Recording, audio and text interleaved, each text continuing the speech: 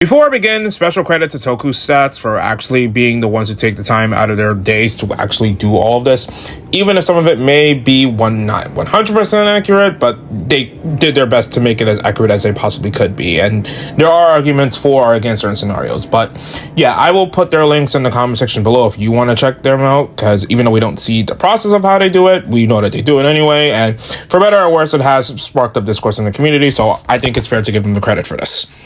So my introduction is going to be all over the place because the day I had written this, it was supposed to be on June 4th, but then my body was overworked. It was a bad day at work. Half of society's favorite punching bag for some reason ended up helping me feel better. My mentality was messed up. So I figured after when this got revealed, it'd be a good time to talk about it. So let's talk about something that won't be controversial at all. Kamen Rider Gotchard.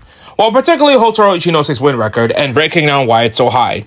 Now, if I was a cynical Toku fan who only liked the series where it's allegedly more mature, dark, heavy, and has sacrifices, death, and definitely not a kid's show, it's both nuanced and tackling dark themes with an optimistic tone regardless of the series' initial tone, I'd be using pointless buzzwords claiming Gotchard did this because it wants to manipulate kids into buying toys, that the protagonist is a self-insert, that he's not a teenager suffering depression and angst and not being hypocritical when they called Ryusei an edgelord and Fourze or acting like Chihiro was nothing more than a simp who deserved to die, or that the stakes felt artificial. But thankfully, I'm none of those things, so let's talk about how Hotaru and Gotchard got such a high win record. Now, the first and obvious point is that Gotchard is a team player, but there's actually two ways to look at this. One is the fact that Gotchard's rider system, most of the rider systems in Gotchard rely on the power of friendship, while either an ally who can only use one at a time or a villain that can only do one unless they're using an advanced rider system, forbidden alchemy, or has the powers of a final Kajin to manipulate. But in Hotaru's case, since he's the only hero at the team at the start, besides Renge, who actually tries to communicate with both people and chemis consistently, he's actually the best user for the Gotchard system. Remember, the driver requires two chemis to make a form and is built on emotions. The better Hotaru's relationship with a chemi pair is, the stronger and more controllable the form becomes. So for ones that we see he has a more personal attachment to, he gets a rider form. While if it's not that strong of a bond, he gets access to their wild form. Take Apare Skebos. Apare was the second amalgam Hotaru faced and befriended Kajiki, and was a relief Hotaru saved it. Then with Apare, Hotaru needed to understand it to convince them to work with him. Meanwhile, you got Bullet Chocho, who Hotaru didn't capture himself, but they still decide to help out Hotaru and Rinne. Hell, it's because he treats the chemis as people first is the reason he's able to work with the ones that can't be subjugated like the level 10s. Think about it. He tried to protect UFO X from the sisters, and it gave him a source to see if it killed Sabimaru, but he chose to try and meet with it to come up with another solution, which led to the form. X-Rex helped him out because Hotaru ends up letting X-Rex read his memories to prove he can trust them. He's worked with Steamlion enough that he can work to become Iron, and he's optimistic to not become Amalgam. Platinum only happens because he challenges the chemis to not stay subservient to Grion. And with Rainbow, they're only able to get that far because Hotaru sees Gon's fears of fighting as a reflection of him losing Hopper 1 by his own hands. And if he has the courage to stand up and do something about it, maybe Gon can too. It made that much sense in the final arc where Hotaru can't use Rainbow's full powers since Gajula stole a card, but Gon chose to help him out in the fight by helping Crosshopper with the finishing attack in Platinum while using the Rainbow Breath to purify some of the damages. The other factor is that Gotchard teams up with human allies a lot. And I mean a lot. Like, Gotchard is like the Jujutsu Kaisen in terms of fights when it comes to Kamen Rider. Like, it really helps that there's a lot of team fights because for every time Hotaru led a fight, either he was working alongside someone as an equal or supporting them. It's like I said in the Majade video, most of Gotchard's events are team efforts. For example, look at Arc 1. Hotaru's first battle with Kloto had Rinne backing him up and avoiding attacks. She was the one who helped actually fought the Skebos Amalgam in episode 2 before he went off on his own with Goldash. In episode 4, he's the one that works with Rinne to get through the labyrinth, and she works with him and Engio to steal the driver back from Rinne.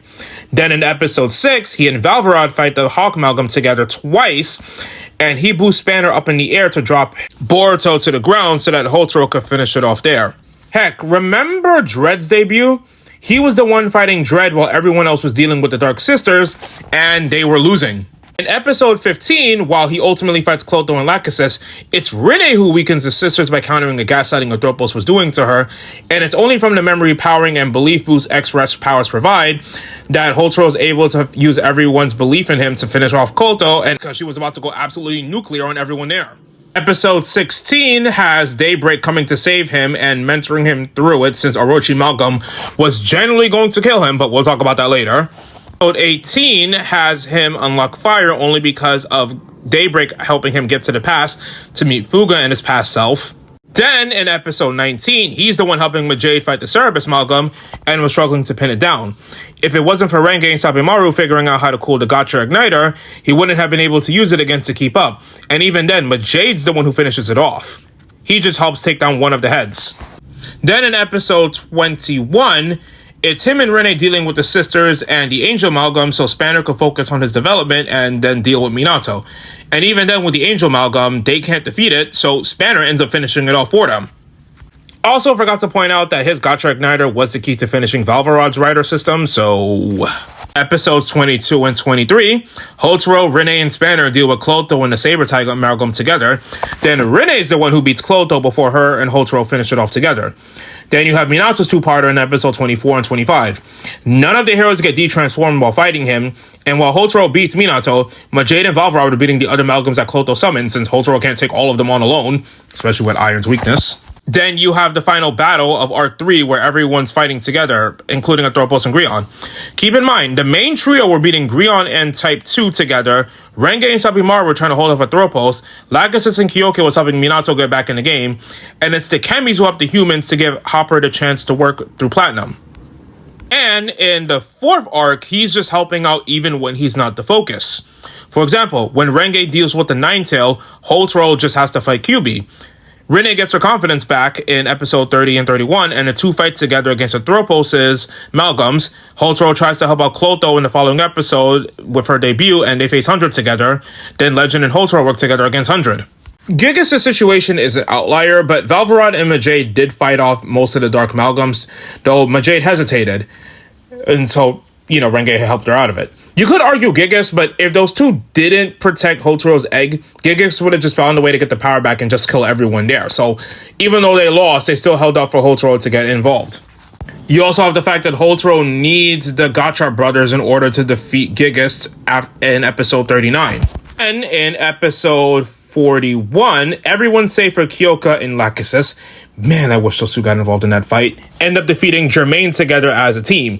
Sabimaru defeats the Dread Trooper while Kenichi suppresses the influence to let Hotaro finish it off, so he definitely didn't do that one alone. He sabotages Gajila's duel to free Fuga, Greyon, Rinne, and Atropos, and while he does hold off Galgea for a time, it's Rinne who finally gets through to Atropos, and she gets her own time to shine there. Hell, even in the final battle, he has to combine his powers with the help of all 102 Chemis to defeat Grion with a Rider Kick. There's also the fact that Hotaro doesn't always need to beat someone up for resolving a conflict.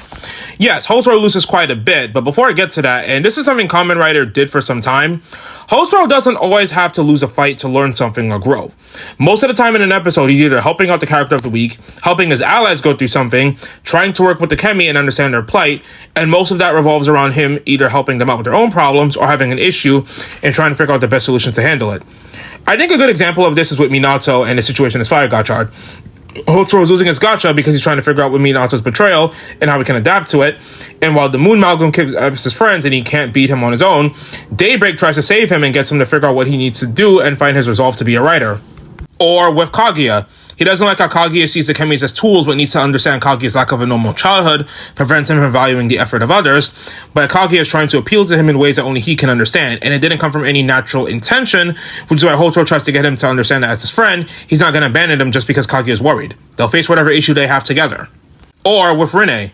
He doesn't have to beat up his best match to help her with her issues. No, he actually sees his future girlfriend is going through things, and unlike half the western side of his fan base, he actually communicates with her, comforts her, helps her deal with her conflicting feelings with her father, but it's a gradual effort we see over the course of the series. It doesn't just happen in one episode and it goes away.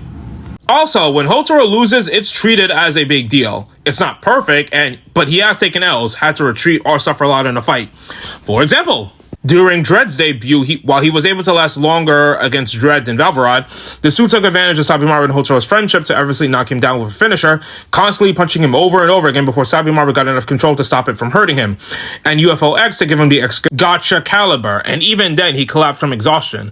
Against Grion using Lachesis as a proy for the Orochi Amalgam, he was going to lose an eye and suffer had Daybreak not stepped in and caused a good future. He also struggled against the Moon Amalgam and had to go into Fire Gotchard to defeat him, which also required him going back in time to figure out, Then in episode 24, he lost almost all his cards, and even using Iron was running the risk of him turning into Amalgam. And for all the complaints that Valvarad and Majeda get sidelined, it's really not that true when you look at the finer details. Case in point, they helped Hotaro beat Minato and the other Amalgams that were surrounding him, and in the next episodes, Gaiard and Dragon Lost defeated all three of them. And Hotaro especially lost because the Dragon Amalgam took advantage of Iron's poor mobility. Then, in the next episode, Grion defeated all of them with Type 3 after they were beating him with Type 2, and it took the 10 Kemis getting involved to help Hotaro reach Platinum that they were able to beat him. Hotaro also got beaten out of his transformation by 100 before getting a second wind. Then there's the fact that he had to kill his own friend to save them and almost became Amalgam had it not been for Nijigon.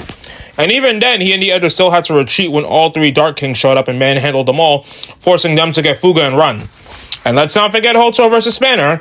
Yes, Hotaro won, but Valvarad was beating him out of his final form and got him all the way to his base form. And then we got the finale where Grion had everything turned into gold and turned Hotaro into solid gold. And while I'm not one of those sociopaths that focus way too much on win-loss records, especially when half the people are going to get mad when a certain character has too many wins, or when certain characters have a high loss record, and people are just going to ignore any and all context to say it's bad, while ignoring the actual reason why these losses occur. But me trusting Kamen Rider fans to be civil and nuanced is like asking for Marvel to Arc System Works for a fighting game. Will it happen? Probably, but if it doesn't, when it does, it'll break boundaries in discourse. But yeah, that's all I have to say on the subject. Gotchard's win percentage is going to be up for debate, but as someone who actually pays attention to the shows that I watch, I think it's genuinely interesting to explore what the writers are going for and why things happen by focusing on the story, characterization, and narrative, because that's where I feel like critique comes from and works best.